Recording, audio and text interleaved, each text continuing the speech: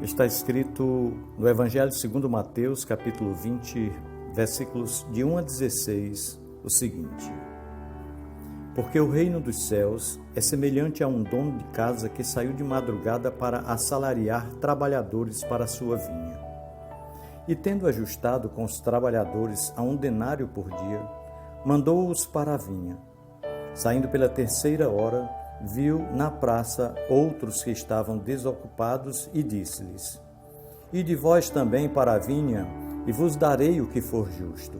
E eles foram. Tendo saído outra vez perto da hora 6ª e da 9ª, procedeu da mesma forma. E saindo por volta da hora undécima, encontrou outros que estavam desocupados e perguntou-lhes: Por que estivestes aqui desocupados o dia todo? Responderam-lhe: Porque ninguém nos contratou. Então lhes disse ele: Ide também vós para a vinha. Ao cair a tarde, disse o senhor da vinha ao seu administrador: Chama os trabalhadores e paga-lhes o salário, começando pelos últimos, indo até os primeiros. Vindo os da hora undécima, receberam cada um deles 1 denário.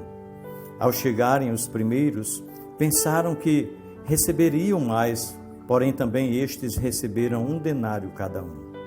Mas tendo-o recebido, murmuraram contra o dono da casa, dizendo: Estes últimos trabalharam apenas 1 hora, contudo os igualaste a nós que suportamos a fadiga e o calor do dia todo? Mas o proprietário, respondendo, disse a um deles: Amigo, não te faço injustiça. Não combinaste comigo 1 denário?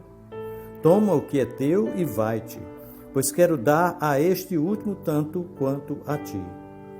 Porventura não me é lícito fazer o que quero do que é meu? Ou são maus os teus olhos, porque eu sou bom? Assim, os últimos serão primeiros, e os primeiros serão últimos, porque muitos são chamados, mas poucos escolhidos. Meu irmão, minha irmã, os evangelhos estão cheios de parábolas que procuram nos esclarecer sobre o reino dos céus, o reino de Deus. Elas nos desafiam, pois contradizem nossa lógica e questionam os nossos pressupostos. Algumas delas nos parecem bastante estranhas, ao ponto de nos perguntarmos por que Jesus diria algo assim. Se você é um leitor dos evangelhos de nosso Senhor Jesus Cristo, creio que compreende o que digo. Na parábola que nós acabamos de ler aqui em Mateus capítulo 20, a partir do versículo 1, o reino dos céus, ou o reino de Deus, é comparado a um empregador que contratou trabalhadores ao longo de um dia. Uma turma ele contratou logo cedo, outra algumas horas depois, outra ao meio-dia e outra por volta das 3 horas da tarde. E por fim, mais uma, faltando apenas 1 hora para o fim do expediente. 1 denário, uma moeda de prata que era a de maior valor a circular no Império Romano naquela época. Era o salário devido por um dia de trabalho. Ao final do dia, aquele empregador chamou os contratados para receber o seu pagamento. Ele começou pelos que foram contratados por último e terminou com os que foram contratados primeiro. E a todos ele pagou o mesmo salário, ou seja, 1 denário a cada um. O que isso nos sugere? Injustiça ou generosidade? Se você fosse um dos trabalhadores que foram contratados logo cedo, como se sentiria? A parábola diz que eles se sentiram injustiçados. Eu também me sentiria assim, muito provavelmente. Embora tivessem recebido o salário devido por um dia de trabalho, aquilo que havia sido acordado, o fato de outros ganharem tantos quanto eles, sem terem trabalhado o mesmo número de horas, fez com que eles se sentissem como se tivessem recebido menos que o devido. Eles se sentiram injustiçados. Certamente que, Se quem trabalhou menos recebesse menos, o denário recebido pareceria justo. Percebe o que Jesus está expondo nesta parábola? Ele está expondo exatamente o coração humano.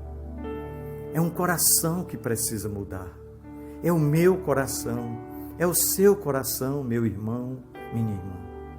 E precisa mudar na direção do reino de Deus. O nosso egoísmo, inveja, mesquinhez são a reprodução do padrão humano, separados de Deus. Para nos aproximarmos dos padrões do reino de Deus, nós precisamos, acima de tudo, ser guiados pelo amor. O que o amor faria pelos trabalhadores que foram contratados primeiro? Faria com que eles se sentissem gratos por terem sido contratados em um lugar de se sentirem inseguros e temer um dia improdutivo e sem salário. Faria com que celebrassem o fato de todos poderem voltar para casa com o bastante e suprirem as suas necessidades e as necessidades de sua família. Guiados pelo amor, a bondade superaria a inveja e o egoísmo. Em lugar de injustiça, veriam generosidade e louvariam o empregador por ser bondoso em relação a eles. Meus queridos irmãos, no mundo desigual, um mundo injusto e desequilibrado, um mundo invejoso, egoísta e mesquinho, este que nós vivemos, brilhar como filhos da luz significa sermos guiados pelo amor e aprendermos uma nova lógica, a lógica do reino dos céus. A vida religiosa produz uma mentalidade religiosa.